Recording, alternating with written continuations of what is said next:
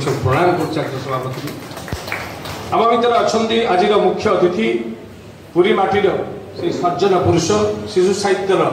देईपिंडी को धरी रखा शिशु साहित्य किशोर एकाडेमी संपादक भाव में ओडिशा सुपरिचित व्यक्तित्व आम समस्त प्रिय वीरेन्द्र महांती को जोरदार करते सहित स्वागत कृतज्ञता ज्ञापन करम घर अच्छा जितेबले सब पुरुष मैंने स्त्री मान कान फुल करुला बेले जी धान फुलर सर्जना तैयारी करती कवितार शैलार्थ भितर से कविता लिखती ना से गोटे विप्लव को लिखती से जीवन को लिखती ना जीविका को लिखती से जीविका को लिखती ना गोटे प्राणवंत पुरुषर जीवनचर्या को लिखती से समुद्र भू शब्द जे ओडिशा गोटे समुद्र भली निजक प्रत्यामान करती से आई नुहति आज मुख्य वक्ता आम समस्त प्रिय पीताम्बर तरंगी महोदय मुझे स्वागत कर प्रणाम करम घर अच्छा जो यज्ञ हम से पुणी प्रभास यज्ञ हम कारण आपण मैंने जानते उत्कल साहित्य समाज परिसर में आम बसीचे श्रीरामचंद्र भवन में बसीचे जो गोटाए सारस्वत यज्ञ हवा जाऊँगी अक्टोबर 12 से यज्ञ जे पूर्णाहुति देवाई आगमन होती समाज साहित्य एवं समस्त को एकाठी कर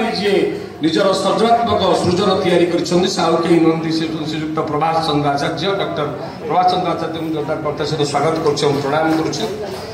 कहते जे हसी आ मसी खंडार किसी दोष ना जो डाक्तर हाथ में पड़ो से मनीष बंचेब जो चोर हाथ में पड़ो से मनीष जीवन नब तेणु से देश रक्षक हाथ में खंडा पड़ी बोली तो आम बंचीचे जदि डकायत मान हाथ में श्रीरामचंद्र भवन पड़ा बेले जब पड़ो ताल आम मैंने भी दुखरे क्लांतर आज जमी आम करुचे एथर स्वर परिवर्तन स्वर तैयारी करुचे सेमती भी हम तेणु मुझे कैप्टेन महोदय को जोरदार कर निश्चित संजीव सार को स्वागत करुच्ची प्रणाम करुच्ची एवं आमर बड़ भाई जी साहित्य क्षेत्र में सृजनता तैयारी कर समस्त प्रिय ब्रह्मानंद विश्वाल प्रणाम करुच्ची जहाँ विषय आम एकाठी मुझे 5-6 वर्ष तले शुणिली जड़े जड़े कुजंगर अच्छा रघु भाई बोली जड़े अच्छा मुझे रघु किए भारत वर्ष में केते रघु अच्छा कि ये रघु किए जे कुजंगर जब राजनीति लोक को पचारे सी किए से कहले से आम लोक साहित्य लोक को पचारे सी किए ना आम लोक नाटक वाला को पचारे सी किए ना आम लोक अरे सी जो सोसाइटी जो कहते जो समाज सेवा कहते सी पचारे रघु भाई किए ना सी आम लोक समुद्र पाखे लड़िया मान पचारे सी किए ना सी आम लोक सरी सब आम लोक पीताम्बर तरंग पाख लोक पचारे सी किए ना सी पीताम्बर बामुक लोक जदि एत लोक भीतर से लोकटी किए खोजु खोजु भाविली जे विश्वर महांती जो जगन्नाथ को दे कुजंगगढ़ में स्थापन करथिला बोधे से कुजंगगढ़ में रघुवीर बा राम रघुचंद्र भाव में नाटक साहित्य सर्जना सबको एकाठी कर संग्राम कर रघु साहू महोदय जहाँ आज ओडिया माटीर बढ़िया कथा उन्मोचित होगा जाऊँगी अरे केते कथा अच्छी पुणी ये कथार आवश्यकता कौन अच्छी ना ये अच्छी तुम 100 जीवन जीविका को 100 जीवन कथा को आनी थुओ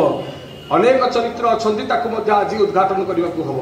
30 वर्ष तले जो रेवा राय को खोजिलु अच्छा मो पाखे भाई वीरेन्द्र भाई से रेवा राय को ओडिशार माटी में भूली जाते लोक पुनर्स्थापन करने चरित्र चेष्टा कले सुखबाई कथा आपने जानते एमती अनेक चरित्र हजि जाती किंतु रघुभाई हूँ उद्यम कर चरित्र मान तो अनेक ये जीवनी लेखक अच्छा बहु जीवनी लिखिं रघुभाई नुआ कथा कौन लिखिले नुआ कथा ये कथा लिखिले लिखा भितर से गोटे सर्जना तैयारी कले जे मु कंचा पिला गढ़ी मु पाचिला मान गढ़ी ना कंचा मान केमी गढ़ ना मु गोपबंधु दास जीवन को एमती भाषा थोबी जमी गोटाए कंचा पिला जी माटी में गढ़ी होची से गोपबंधु दास स्वप्न देख मधुबाबू स्वप्न देख से जो कुजंगगढ़ माटी जो मैंने वीर संतान से लुकायित अवस्था अच्छा थोबार प्रचेषा कर रघुभाई उत्तर प्रणाम कर बड़ी को प्रणाम कर समस्त प्रणाम कर बाहर जोरदार वर्षा भितर उष्मता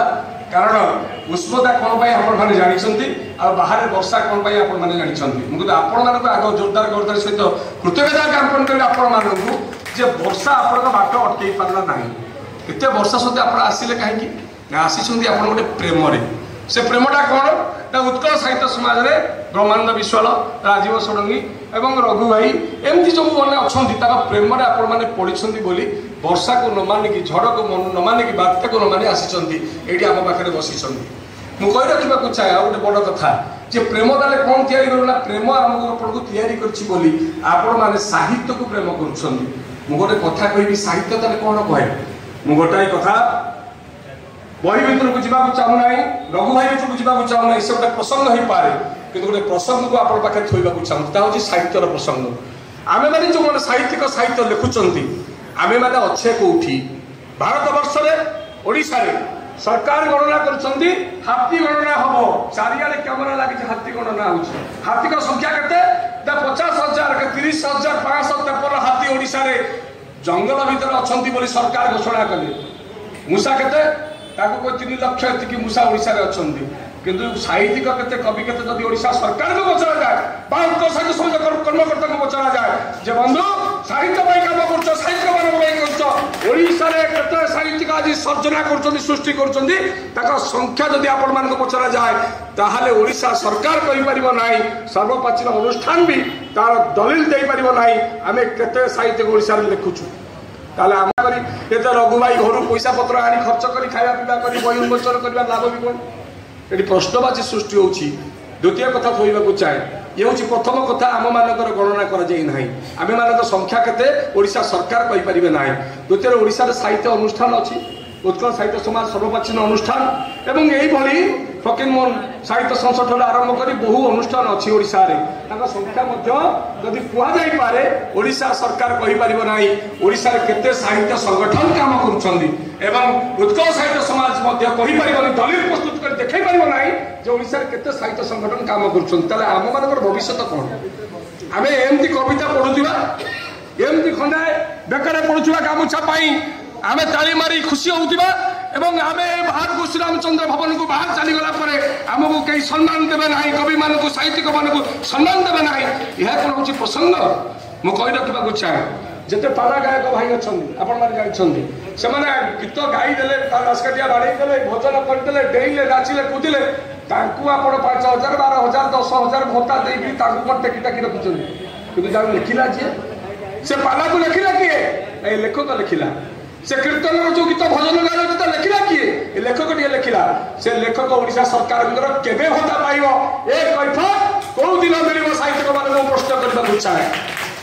जदि आमे साहित्य मान लड़ाई करबा नाही आमे साहित्यिक मान संग्राम करबा नाही आमे साहित्य अनुष्ठान कर्मकर्ता हे साहित्यिक दुख बुझिबा नाही गोटाई साहित्यिक काली दुर्घटनाग्रस्त मो पाखे अछंती बंशीधर भाई बांकीरू मु धन्यवाद देवी गणेश्वर भाई से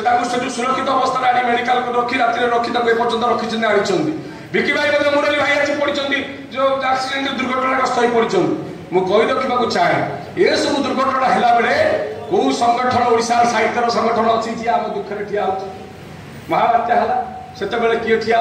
से प्रभासाचार्य मुझे देखी आपण मैंने कुजंग ठारू कुजंग गण भितर प्रवेश करी बहु लोक घर तैयारी करवार सी होउछन्ती बिन्धा मुझे धन्यवाद देवी कृतज्ञता देवी से बहु लोक मुझे साहाय्य करिछन्ती जेतेबेले आपण माने समस्त